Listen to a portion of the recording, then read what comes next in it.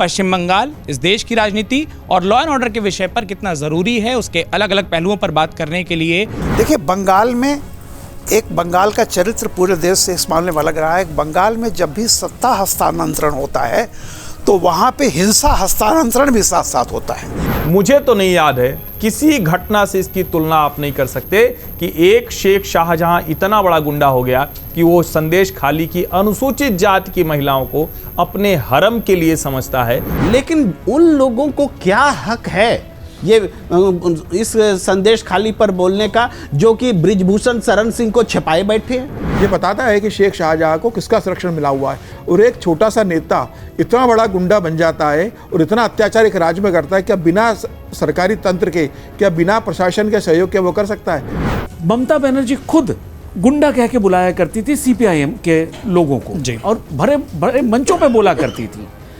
जैसे ही सत्ता इनके पास आई, जो रामकृपाल जी ने बोला कि हिंसा सारे इनके पास आ गए। ममता बनर्जी शाहजहां शेख जैसे आदमी के साथ खड़ी हैं, संरक्षण दे रही हैं, तो उनको अपने वोट बैंक की चिंता है। बीजेपी उसको हिंदू मुस्लिम बना करके उसको महिलाओं से ज़्यादा चिंता वहाँ के दलित वोट बैंक की है। तो दोनों उसमें राजनीति कर रहे हैं, जो कि शर्मनाक है। शेख शाहजहां को एक दिन में नहीं पनपते। एक ऐसा मछली पालन करने वाला छोटा सा मजदूर जो इतना ज़्यादा ताकतवर हो गया है कि आज उसको पकड़ना मुश्किल है, और उसको लेकर ममता बनर्जी की अगर जबान नहीं खुल रही है तो ये बहुत दुख की बात है। देश के पूर्वी राज्य पश्चिम बंगाल की एक खबर लगातार सियासी सुर्खियों का हिस्सा बनी हुई है। बात संदेश खाली की कर रहे हैं। ऐसे विषय अक्सर जब उठते हैं तो उस पर चर्चा बहुत राजनीतिक हो जाती है, लेकिन मूल जो होता है वो किसी का उत्पीड़न, किसी के खिलाफ हुई हिंसा, किसी के ऊपर हो रहा दमन, वो मूल में होता है। बात संदेश खाली की इसलिए बहुत ज़रूरी हो जाती है क्योंकि वहाँ पर सिर्फ बात राजनीति की नहीं है, बात उन अधिकारियों की भी है और बात उन अधिकारों की भी है जो एक आम आदमी के लिए, एक महिला के लिए बेहद ज़रूरी है। संदेश खाली का मामला पश्चिम बंगाल इस देश की राजनीति और लॉ एंड ऑर्डर के विषय पर कितना ज़रूरी है, उसके अलग अलग पहलुओं पर बात करने के लिए आज खबरों के खिलाड़ी पर ये विषय हम आपके बीच लेकर आए हैं। बिना किसी देरी के इसी विषय को शुरू करते हैं। और हर्ष सर, मैं आपसे पूछना चाहता हूँ, संदेश खाली का मामला है, दुनिया भर के और तमाम तरीके के बयान आ रहे हैं। ममता बनर्जी के अपने बयान आए और उसके बाद जो विपक्षी पार्टियां हैं और वहाँ पर कांग्रेस भी उनका विरोध करे इस मामले को लेकर, वो बयान आए। कुछ लोगों ने मणिपुर से तुलना कर दी। पहली बात तो ऐसी तुलना कितनी जायज़ नाजायज़, और दूसरा संदेश खाली का मामला इतना संवेदनशील है और उसकी गंभीरता को क्यों समझना ज़रूरी है? देखिए, सबसे पहले तो मैं ये कहूँगा कि मणिपुर में जो हुआ वो शर्मसार करने वाला था, देश पर काला धब्बा था। जो संदेश खाली में हुआ वो भी काला धब्बा है। लेकिन आप जब महिलाओं के उत्पीड़न की तुलना करने लगते हैं तो आपकी नीयत खराब होती है, आपके मन में खोट दिखता है। संदेश खाली मतलब मैं तो स्वतंत्र भारत भी क्या कहूँ, भारत में कभी कोई ऐसी घटना हुई होगी, ठीक है, मुगलों के लिए कहा जाता था कि वो हरम रखते थे, महिलाएं उठाकर लाते थे, उसमें उनका शोषण होता था, जब तक उनको अच्छा लगा उनके आनंद के लिए स्त्रियाँ होती थी। लेकिन पश्चिम बंगाल में जो कुछ संदेश खाली में होता हुआ दिखा है, सीमावर्ती गाँव है, ऐसी 14 विधानसभा मोटी मोटी हैं जो बंगाल और बांग्लादेश से जुड़ी हुई हैं, और जहां कहा जाता है कि अनुसूचित जनजाति के लोगों को धीरे धीरे जो बांग्लादेशी घुसपैठिए हैं उन्होंने एक तरह से जनसंख्या का जो संतुलन है वो बिगाड़ा है। संदेश खाली में इसको लेकर बहुत पहले से चीज़ें आती। शेख शाहजहां के खिलाफ जब ये सब कुछ आया तो ममता बनर्जी महिला मुख्यमंत्री होते हुए सदन में क्या कहती है? वो शेख शाहजहां पर कुछ कहने की बजाय उन महिलाओं के ऊपर टिप्पणी करती, धमकी देती। किसी मुख्यमंत्री ने इतनी स्तरहीन हरकत नहीं की होगी कि जो पीड़ित हैं उनको कहें कि मुंह ढक के जो लोग कह रहे हैं। वैसे भी हम लोग जानते हैं कि अगर कोई पीड़ित महिला है तो उसका चेहरा ब्लर कर देते हैं, कम से कम हम लोग ये पत्रकारिता के तौर पर जानते हैं, उसका चेहरा नहीं दिखाते। लेकिन सुप्रीम कोर्ट की रूलिंग भी है। लेकिन अगर एक महिला मुख्यमंत्री ये कह रही तो आप जरा सोचिए कि ऊपर से नीचे तक इस तरह की घटना में कितने लोग शामिल हैं।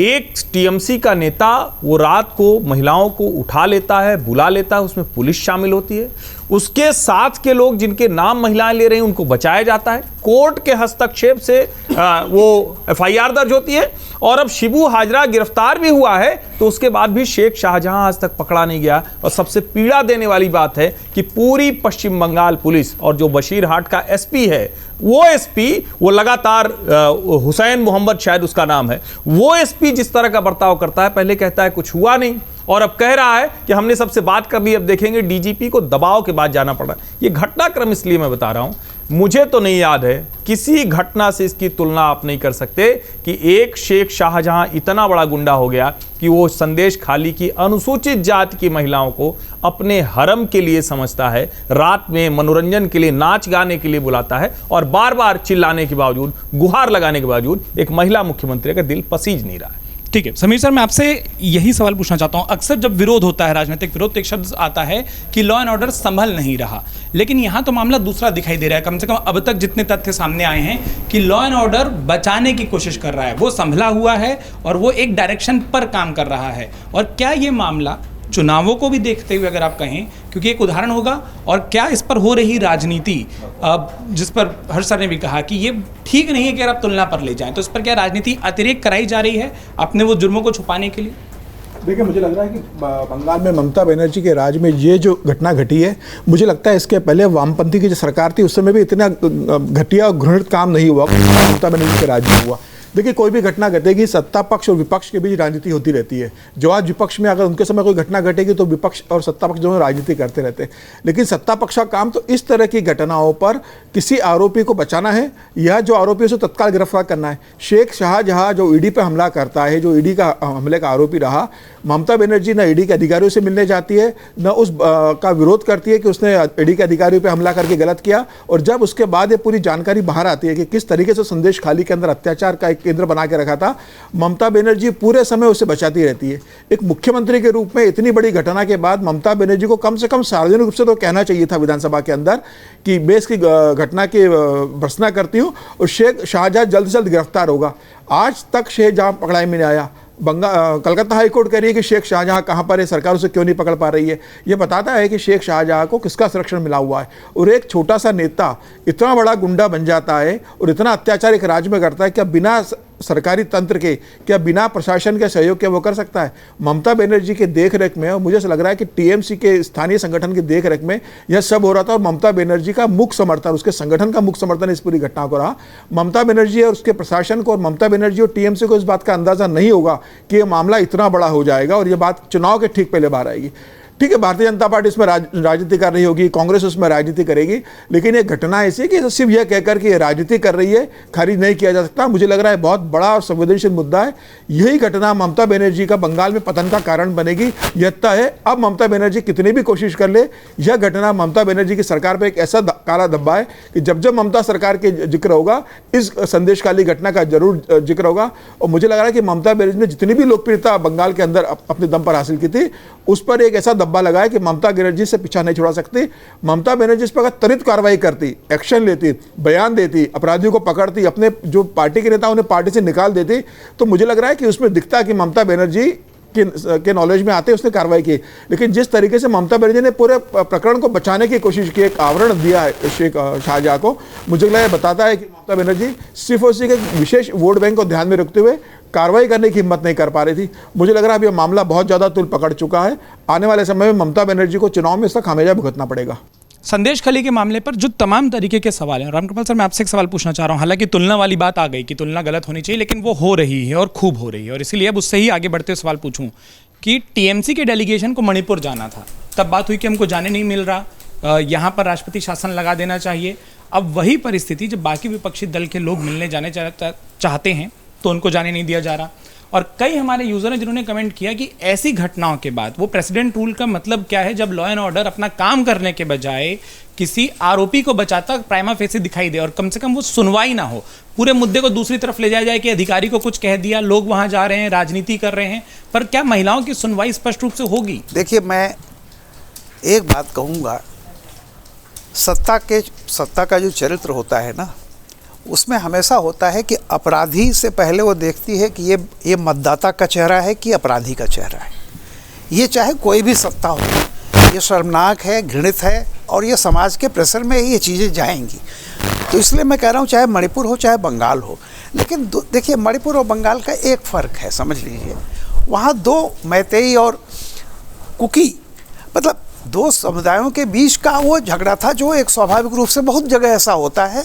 उसको कुछ लोगों ने, जैसे होता है कि दंगों में बहुत सारी चीज़ें होती हैं, लेकिन बंगाल जो संदेश खाली की घटना है, वो अपने आप में मैं कह रहा हूँ कि वो सही कह रहे थे। मैंने भी कम से कम जब से होश संभाला है बहुत सारी हिंसा की वारदातें, चुपरंगा बिल्ला का भी किस्सा सुना, लेकिन इस तरह का माहौल हम लोग भी इतिहास पढ़ते थे कि मुगलों के ज़माने में होता था, या रजिया सुल्तान को इसलिए बनाया गया कि भाई जो उसका था बेटा उनका था, अय्याज था, सब कुछ। बट अगर ये सच है, मैं कोई इस पर नहीं कह रहा हूँ। देखिए, बंगाल में बंगाल का चरित्र पूरे देश से इस मामले में अलग रहा है। बंगाल में जब भी सत्ता हस्तांतरण होता है तो वहाँ पे हिंसा हस्तांतरण भी साथ साथ होता है। सिद्धार्थ शंकर रे जब 70s में थे, जिस तरह से उन्होंने ब्रूटल नक्सलाइटों के नाम पे लोगों को मारा, उसके बाद जब CPM आई तो वो हिंसा का हस्तांतरण भी हुआ, और CPM के बाद जब TMC आई तो उसी हिंसा का हस्तांतरण हुआ। लेकिन हिंसा का इतना बर्बर और नंगा, अगर ये सच है जो कुछ कहा जा रहा है, मैं इसलिए कि मैटर सब जुडिस है, मैं नहीं जानता कि सच कितना है, अगर वो अतिरेक भी है, लेकिन अगर उसमें थोड़ी सी भी इस तरह की कोई, मान लीजिए कि 10-20 घटनाएं नहीं, अगर 2-4 घटनाएं भी हुई हैं तो ये बहुत ही हमारी पूरी व्यवस्था के लिए शर्मनाक है। और इसका किसी और चीज़ से तुलना करके हम इसको, उन चीज़ों पर भी एक्शन होना चाहिए, लेकिन ये राजनीति का विषय न बन करके ये किसी भी संवेदनशील नागरिक के लिए उसका चेहरा शर्म से झुकेगा, और इससे ज़्यादा मैं इसके बारे में कुछ नहीं कह सकता। प्रेम सर, पिछले हफ्ते जब हम बात कर रहे थे तो आपका एक स्टैंड था आंदोलन को लेकर, और वो खूब लोगों ने देखा, खूब पढ़ा। तब आपने कहा था कि कहीं भी प्रवेश का अधिकार नहीं रोका जा सकता, कोई क्षेत्र किसी का नहीं है। वो फॉर्मूला क्या बंगाल में भी लागू होता है? क्योंकि वहाँ तो प्रवेश नहीं मिलता, कोई भी जांच दल जाना चाहे, कोई विपक्षी पार्टी जाना चाहे, आपने भी तस्वीरें देखी हैं किस तरीके से रोका गया, कहाँ रोका गया, चाहे वो कोई जांच दल हो, चाहे कोई विपक्षी पार्टी का अपना डेलीगेशन हो, चाहे वो जनजाति आयोग हो। अब जैसे आपने कहा था कि दिल्ली में आना नहीं रुक सकता, क्या बंगाल में आना रुकना स्वाभाविक और उसको सही आप मानते हैं? उत्कर्ष जी, मुझे आश्चर्य लग रहा है कि किसानों के आंदोलन को आप नेताओं के मूवमेंट से जोड़ रहे हैं। नहीं, मैं महिलाओं की बात कर रहा हूँ। हाँ, एक तरफ किसानों, एक तरफ महिलाओं के अधिकार, नेताओं के मूवमेंट की नहीं। हाँ। जनता किसी दूसरे जगह पे जाए, एक जगह से दूसरे जगह, ये उसका सामान्य अधिकार है, सबको जाना चाहिए। और एडमिनिस्ट्रेशन यहाँ पर, मैंने ये तुलना मुझे नहीं उचित लग रही है। किसान एक बड़ा मूवमेंट है, उसको आप दिल्ली नहीं आने दे रहे, उसकी तुलना आप उस घटना से कर रहे हैं कि लोकल आदमी को, महिलाओं को बोलने नहीं दिया जा रहा। वो भी बिल्कुल अलग प्रकृति की है, सो मैं कह रहा हूँ। लेकिन महिलाओं को आंदोलन करने का अधिकार है, महिलाओं को विरोध प्रदर्शन करने का अधिकार है। अधिकार ही नहीं, बल्कि जिस लिए आंदोलन होता है, सरकार को दबाव में लाने के लिए, सहमति पर लाने के लिए, दोषियों को दंडित करने के लिए, सारी चीज़ें वो होनी चाहिए। माने मुकाम तक पहुंचने के लिए उस हद तक आंदोलन होना चाहिए। और जो घटना घटी है, उस घटना से कोई भी सहमत हो, हमें तो लगता ही नहीं है कि कोई कहीं की सही है, शाहजहां को कोई सही ठहरा दे, ऐसा तो कोई लगता ही नहीं। और जहाँ कहीं भी ये घटना घटती है, और ये बात मैं नहीं मानता कि ये देश की इकलौती घटना है यहाँ ऐसी हुई है, हम इस घटना को कैसे देखते हैं और कैसे इसका उपचार ढूंढते हैं, ये ज़्यादा ज़रूरी है। हम इस घटना को अगर इस रूप में देखें कि प्रशासन, सरकार सब अपराधी के साथ खड़ी है, तब भी हम एक डेमोक्रेटिक लड़ाई लड़ रहे हैं आम आदमी के लिए। ये बहुत जेन्युइन लड़ाई है, लड़ी जानी चाहिए, हर स्टेट में लड़ी जानी चाहिए। लेकिन अगर हम इस घटना को, जैसा कि हर्षवर्धन जी बोल गए, और अभी अरे मुझे बहुत उचित नहीं लगा, रामकृपाल जी भी बोल रहे थे कि उसको मुगलों से जोड़ रहे हैं, है ना। उसको उदाहरण सब कैसे दे रहे हैं, मुगलों से जोड़ रहे हैं, शाहजहां से जोड़ रहे हैं। यानी इस पूरी घटना को मुसलमान वर्सेस हिंदू बना करके जो पेश किया जा रहा है ना, ये खतरनाक है, ये नहीं होना चाहिए, इसके हम विरोध में। दूसरी बात ये है कि जो लोग, जैसे स्टेट के लोग बवाल करें, हंगामा करें, पूरे देश में भी मुद्दा बने, लेकिन उन लोगों को क्या हक है ये इस संदेश खाली पर बोलने का, जो कि बृजभूषण शरण सिंह को छिपाए बैठे हैं, जो उसको बचाते रहे लगातार। भाई, महिला पहलवानों ने तो खुलकर बताया ना कि क्या हुआ, उसके ऑफिस में ले जाके क्या हुआ, कहाँ पर क्या हुआ, सब खुल के बताएगा। पूरी ममता बनर्जी का कसूरवार है, ममता बनर्जी यहाँ भी कसूरवार है कि वो इतनी बड़ी मैनेजर साबित नहीं हुई जैसे अमित शाह और नरेंद्र मोदी साबित हुए, कि उन्होंने बृजभूषण शरण सिंह को भी बचा लिया, आंदोलनकारियों को भी घर बैठने के लिए मजबूर कर दिया, सारा मामला रफा दफा हो गया। और ये ममता बनर्जी यहाँ फेल्योर है कि इस घटना में पूरे बीजेपी को हिंदू मुसलमान करने का अवसर मिला और यह हंगामा का विषय बना हुआ है। मुझे लगता है वो स्पष्ट करना बहुत ज़रूरी है इस शो के चलाने में। पहली बार अब तक इस चर्चा में मासरेफ शब्द किसी ने नहीं कहा, तो हम वो तुलना नहीं कर रहे। दूसरा, मुझे लगता है व्यक्तिगत तौर पर कि एक स्टैंड होना चाहिए, मास रेप हो या एक महिला, अगर पीड़ा हुई है, अगर उसके खिलाफ अत्याचार हुआ है तो वो उतनी बराबरी से सुना जाना चाहिए जितना कहीं भी। जब आपने कहा कि बृजभूषण शरण सिंह के मामले में आपने आंदोलनकारियों को सुनने दिया, यहाँ तो महिलाओं को बोलने नहीं दिया जा रहा। सर मेरा सवाल ये है, परसेप्शन बिल्डिंग के ख्याल से ये बात आता है कि पूरे देश में कहा जा रहा है कि मतलब मैं ये साफ करूं कि चर्चा में नहीं आया। तो निश्चित रूप से हम सहमत हैं आपसे। हाँ, मैं वही ये इस शो का हिस्सा नहीं था। बिल्कुल निंदनीय है और बिल्कुल अस्वीकार्य है। मेरी जो जिम्मेदारी है मैं वो कह रहा हूं कि इस चर्चा का हिस्सा नहीं था। ये शायद कहीं कहा जा रहा हो, ये उतना ही गलत है और उस बात को मैं बहुत साफ करना चाहता हूं कि उतना ही गलत है इस मंच के जरिए।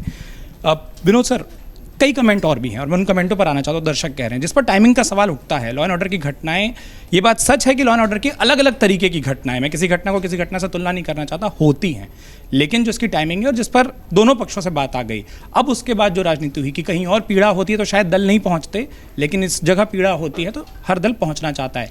क्या इसके राजनीतिक लाभ लेने की कोशिश हो रही है और वो साफ तौर पर हाँ दिखाई दे रहा है? क्या लाभ मिलेगा, आपको क्या लगता है?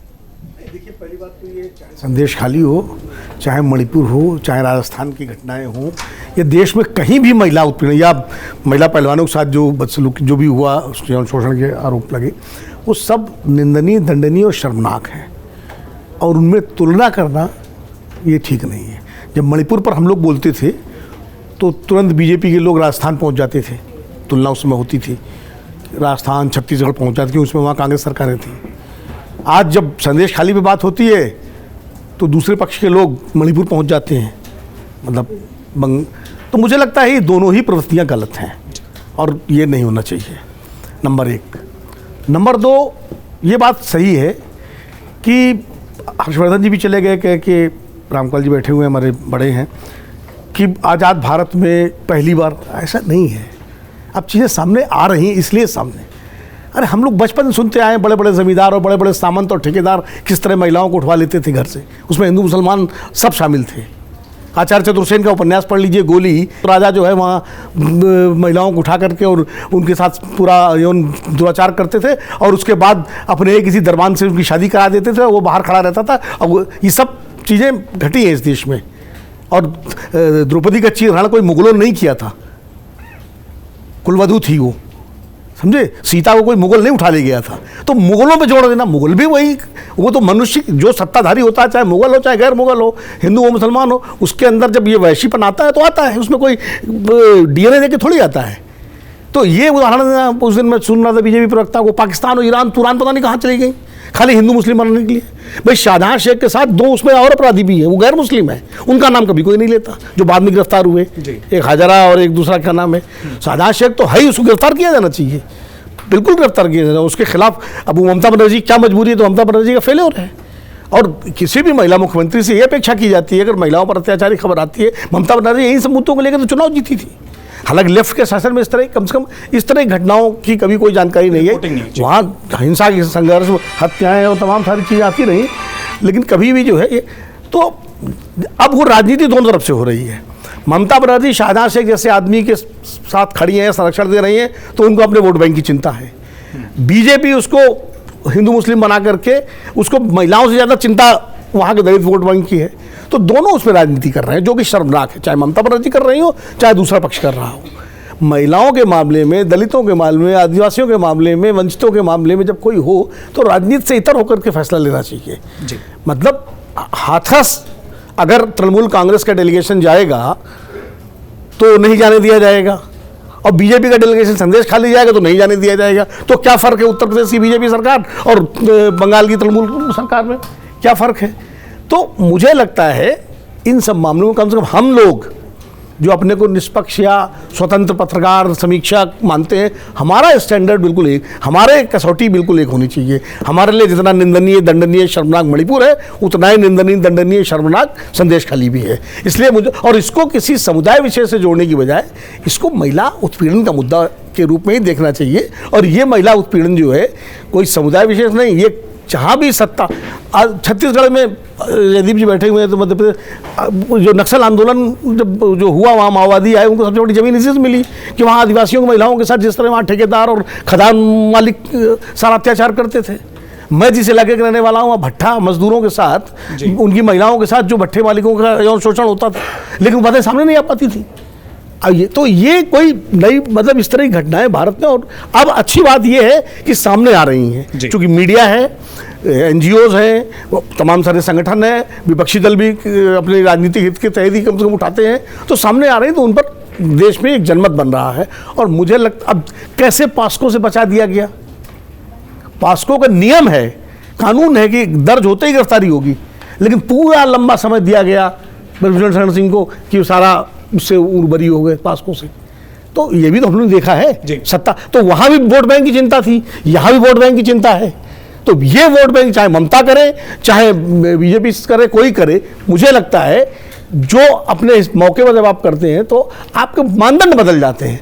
हमारे मानदंड नहीं बदलने चाहिए, और हमें लगता है कि इस तरह की घटनाएं दंडनीय, शर्मनाक, और निश्चित रूप से इनके खिलाफ जो है कार्रवाई होनी चाहिए जो उसमें दोषी और अपराधी हैं। ठीक है, शाहजहां शेख की बात जब क्योंकि खूब हुई अनुराग जी, मैं आपसे जो चीज़ पूछना चाहता था, अगर जितने भी तथ्य अभी तक सामने आए पब्लिक डोमेन में हैं, मछली पालन पर एक मजदूर के तौर पर वहाँ पर काम करना शुरू किया, शुरू में लेफ्ट पार्टियों का साथ मिला, वहाँ पर इलाके पर उस इलाके में खासतौर पर अपना एक सिस्टम बनाया, वसूली बनाई, और उसके बाद जब सरकार बदली उन्होंने अपना पाला बदला, और पाला बदलने के साथ अब वो महिलाएं जो खुद कह रही हैं, उनके बयानों को अगर टेस्टिमनी माना जाए, ये तो साफ है कि अब तक पूरे सिस्टम का, और जैसा सर ने भी कहा कि दोनों तरफ का, पश्चिम बंगाल का जो हिंसा जो है वो सत्ता के साथ ट्रांसफर हो जाती है, क्योंकि इसमें, और इसलिए मैंने वो बैकग्राउंड दिया कि वो लेफ्ट से जो बात शुरू हुई वो आज टीएमसी के साथ दिखाई दे रही है। ऐसा तो नहीं है कि एडमिनिस्ट्रेशन में किसी को ना पता हो, लेकिन लॉ एंड ऑर्डर का ये रवैया, फिर क्या आप लॉ एंड ऑर्डर पर सवाल उठाने के लिए बराबर हो जाते हैं, या जब वो आपको उस कटघरे में खड़ा कर जाता है कि आपके यहाँ ये हो रहा है तो वहाँ क्या होगा? देखिए, मैं थोड़ा सा उसके पहले से विनोद जी के बात से शुरू करना चाहूँगा। भारतीय राजनीति की एक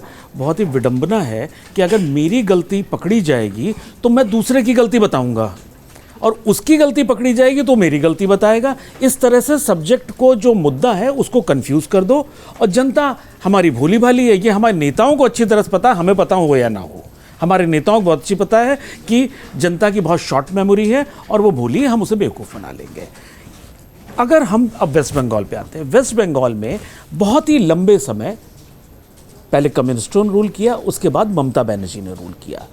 वहाँ पे राष्ट्रीय दल थोड़ा सा हाशिए पे चले गए, एक तो था ही नहीं, एक दूसरा, तो उसके चक्कर में क्या हुआ, वो एक ऐसी जगह बन गई जहाँ पे राष्ट्रीय ट्रांसपेरेंसी, जो मतलब ट्रांसपेरेंसी होनी चाहिए, वहाँ पे हो क्या रहा है वो राष्ट्रीय परिप्रेक्ष्य में बहुत ज़्यादा एप्लीकेबल नहीं थी। वहाँ कहीं भी कुछ भी होता रहता था।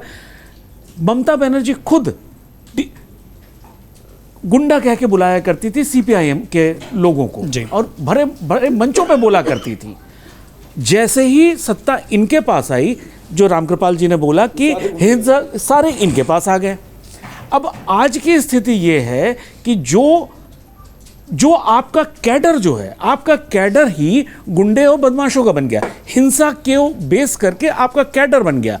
आज अगर वो लोग जब सत्ता में आप बैठे हैं और वो अगर कोई गलत काम कर रहे हैं, आप उनको किस मुंह से रोकोगे? क्योंकि उन्होंने आपको वोट दिलाने के लिए, आपको सीटें जिताने के लिए, आपके लिए चुनाव के लिए पैसे इकट्ठा करने के लिए उन्होंने जो काम किया है, उसके बदले में उन्हें कानून में रिलैक्सेशन चाहिए। यही चीज़ मैं एक और स्टेट पे आना चाहूँगा कि यही चीज़ हमने समाजवादी पार्टी की सरकार में उत्तर प्रदेश में देखी कि उन्होंने भी अपना कैडर इसी टाइप का बनाया था। तो जब समाजवादी पार्टी की सरकारें रहीं, तो जब भी एक समाजवादी पार्टी के जो लोग थे, अगर कोई भी अपराध करते थे तो सरकार का बहुत ही रवैया बहुत ही लचीला होता था। वो वहाँ पे ज़्यादा है, तो आप उसकी, और जिस तरह से वो एक तरह से ट्रांसपेरेंसी का अभाव है, अब जिस तरह से धीरे धीरे चीज़ें खुलेंगी तो पता नहीं क्या क्या जो है आने वाले समय में पता लगेगा। ये इतनी बड़ी घटना इतने सालों से हो रही, जो सुनने में आया, और कभी किसी को स्वप्न में भी, हम लोग जो दिल्ली शहर या नोएडा शहर में बैठ के हम लोग कभी सोच भी नहीं सकते थे कि ये हो सकता है आज के वर्तमान भारत में। ठीक है, इस महत्वपूर्ण चर्चा का आखिरी सवाल जदीप सर जो मैं आपसे पूछना चाह रहा हूँ, माँ यानी औरत, माटी यानी उसकी ज़मीन, और मनुष्य यानी कि उसके हक, इन तीन शब्दों की राजनीति करने वाली ममता बनर्जी के शासन में खास तौर पर जब उन औरतों को न सुना जाना, कोई एसआईटी ना बनना, मतलब वो बात अब कहीं और ही जा रही, लेकिन वो कोई अधिकारी जाकर उन औरतों से, या कोई महिला अधिकारी जाकर वो 164 के बयान जो बेसिक हम सुनते हैं इस तरीके के शोषण पर होने चाहिए, जब वो होते नहीं दिखाई देते, उनके परसेप्शन के लिए कितना बड़ा डेंट है? बहुत ही गंभीर सवाल है उत्कर्ष, और इस गंभीर मुद्दे पर हम चर्चा कर रहे हैं। बहुत सारी बातें हुई, तुलनाओं की भी बात हुई। आपने जो सीधा सा सवाल ये पूछा है, एक महिला मुख्यमंत्री इस वक्त भी अगर अपने राजनीतिक वोट बैंक को देख रही हैं तो हमें वो ममता बनर्जी याद आती जो एक समय में युवा छात्र नेता के रूप में कार के सामने खड़ी हो गई थी, कार के बोनट पर चढ़ गई थी। अगर वो ममता बनर्जी आज नहीं दिखाई दे रही है तो राजनीति ने फिर उनको वहीं पहुंचा दिया है जो हमेशा कहा जाता है कि power corrupts and absolute power corrupts absolutely. या जो मूर्धन्य पत्रकार वरिष्ठ संपादक राजेंद्र माथुर जी हुए हैं, उन्होंने अपने एक संपादकीय में बहुत अच्छी पंक्ति कही थी कि कांग्रेस दरअसल किसी पार्टी का नाम नहीं है, कांग्रेस एक फिनोमिना है, जो भी सत्ता में आएगा वो शनै शनै कांग्रेस हो जाएगा। बहुत ही ज़बरदस्त पंक्ति है जो आज के तमाम विद्रूप जो हमको दिखाई देते हैं सत्ता के और उससे जुड़े हुई शक्ति के, उसको परिभाषित करती है ये पंक्तियाँ।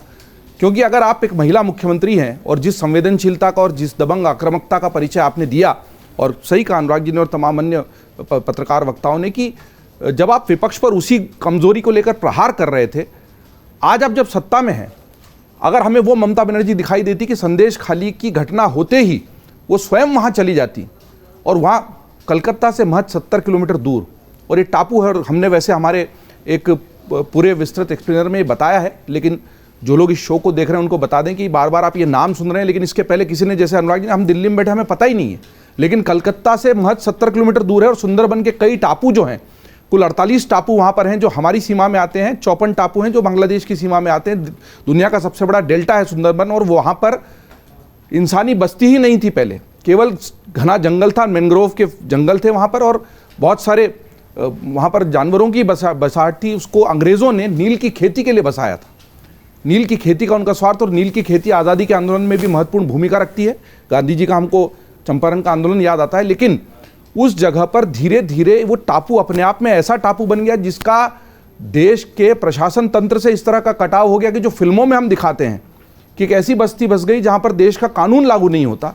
तो बहुत आश्चर्य की बात है, दुख की बात यही है कि जो हस्तांतरण होता है इस तरह की सत्ता का और इस तरह के विद्रूप का, वो हमको दिखाई देता है, क्योंकि शेख शाहजहां को एक दिन में नहीं पनपते। एक ऐसा मछली पालन करने वाला छोटा सा मजदूर जो इतना ज़्यादा ताकतवर हो गया है कि आज उसको पकड़ना मुश्किल है, और उसको लेकर ममता बनर्जी की अगर ज़बान नहीं खुल रही है तो ये बहुत दुख की बात है। इसमें पार्टी राजनीति से परे जाकर अगर वो कार्य करेंगी तो वो ज़्यादा बड़ी नेता बनेंगी, उनकी स्वीकार्यता बढ़ेगी। शायद वो इस बात को समझ नहीं रही हैं। ये टापू इस तरीके से कानून की नज़रों से, मीडिया की नज़रों से क्यों दूर रहा, ये एक दुख की बात है। दूसरा, इस तरह के मुद्दों पर जो मैं हमेशा कहता हूँ, बहुत अफसोस की बात यह है कि राजनीतिक विद्वेष की वजह से, राजनीतिक हितों की वजह से इस तरह के मुद्दे सामने आते हैं, अन्यथा ये मुद्दे कभी भी सामने नहीं आए। और इसलिए मैं कहता हूँ सत्ता में चाहे कोई भी हो, मजबूत विपक्ष हमेशा इस देश की आवश्यकता बनी रहेगी। कम से कम उस बहाने आज ईडी गई, क्योंकि ईडी केंद्र के पास है, वो गई तब जाके पता लगा ना कोई शाहजहां शेख नाम का आदमी है, और उस बहाने ये संदेश खाली दुनिया की नज़रों में आया। और वहीं अगर ये राजनीतिक विद्वेष नहीं होता तो इस तरह की कई संदेश खाली जैसी बस्तियाँ अपने आप गुमनामी में चलती रहती, इस तरह का शोषण होता। उन महिलाओं ने तो कहा कि चूंकि आज वो फरार है, बयान है बाकायदा, पीटीआई जैसी न्यूज़ एजेंसी को दिया बयान है कि चूंकि आज शाहजहां शेख फरार है इसलिए हमारी हिम्मत हुई है उसके खिलाफ बोलने की, नहीं तो हम बोल नहीं सकते थे उसके खिलाफ। पता देश के कुछ और भाग चल भी रहे हैं। मैं कह रहा हूं कि हम इस बात, जब तक हम सचमुच इस तरह के घटाटोप अंधेरों पर नजर डालने की शक्ति कायम नहीं करते, तब तक मैं तो हमेशा ये मानता हूं कि हमारी सारी सफलताएं विफल हैं। जब तक हम इस तरह के घने टापुओं पर जहां पर इस तरह का शोषण चल रहा है उनको सामने लाकर इस तरह के शोषण को उजागर नहीं कर सकते, तो फिर वो तृणमूल हो, कांग्रेस हो, भाजपा हो, सपा हो, बसपा हो, इससे कोई फर्क नहीं पड़ता। लेकिन इस तरह का शोषण अगर चल रहा है कहीं भी और उसको सामने लाने की शक्ति हमारी राजनीतिक और प्रशासनिक तंत्र में नहीं है, और विडंबना है और दुर्भाग्यपूर्ण रूप से अगर केवल राजनीतिक विरोध की वजह से इस तरह की घटनाएं हाईलाइट होती हैं, तो हम लोग अभी उतने सभ्य नहीं हो पाए जितना हम दावा करते हैं। और आपने और विनोद सर ने बखूबी जिस तरीके की बात कही, वहीं मैं खत्म करना चाहता हूँ कि अगर एक सभ्य समाज की हम बात करते हैं तो बहुत ज़रूरी है कि पहली बात तो ऐसी घटनाएं हो ही ना, और दूसरी बात कि अगर वो रिपोर्ट हो रही हैं तो वो न्याय मिलता दिखाई देना बहुत ज़रूर होता है। बहुत आवश्यक हो जाता है कि एक तराजू में दूसरे तराजू में दो अलग अलग घटनाओं को ना रखा जाए। हर एक घटना जिसके साथ हो रही है उसको पीड़ा देती है, और सिस्टम का काम है कि उस पीड़ा को आरोपियों पर कार्रवाई करे, उस पीड़ा को दूर करे, उस पर मरहम लगाए और न्याय देने की उम्मीद करे। तमाम कमेंट संदेश खाली पर, जैसे जदीप जी ने भी कहा कि हमने कई सारी स्टोरी बनाई हैं, उस टापू से लेकर तमाम चीज़ें आप अमर उजाला पर देख सकते हैं। जो भी आपके सवाल हों, जो भी आपकी राय हो, इस कमेंट बॉक्स पर लिखकर आप हमें ज़रूर बताएं, ताकि अगली बार जब खबरों के खिलाड़ी का शो हम आपके बीच लेकर आएँ तो आपको भी हमारे शो का हिस्सा, आपकी राय को भी शो का हिस्सा बनाया जा सके। अपना वक्त देने के लिए आप सभी का बहुत बहुत शुक्रिया, और आपका भी शुक्रिया जिन्होंने अमर उजाला पर अपना वक्त दिया। अमर उजाला को सब्सक्राइब करना बिल्कुल ना भूलें। अगर आप ये वीडियो YouTube पर देख रहे हैं तो हमारे चैनल को सब्सक्राइब करें और बेल आइकन को दबाना ना भूलें। अगर आप Facebook पर ये वीडियो देख रहे हैं तो हमारे पेज को लाइक करें।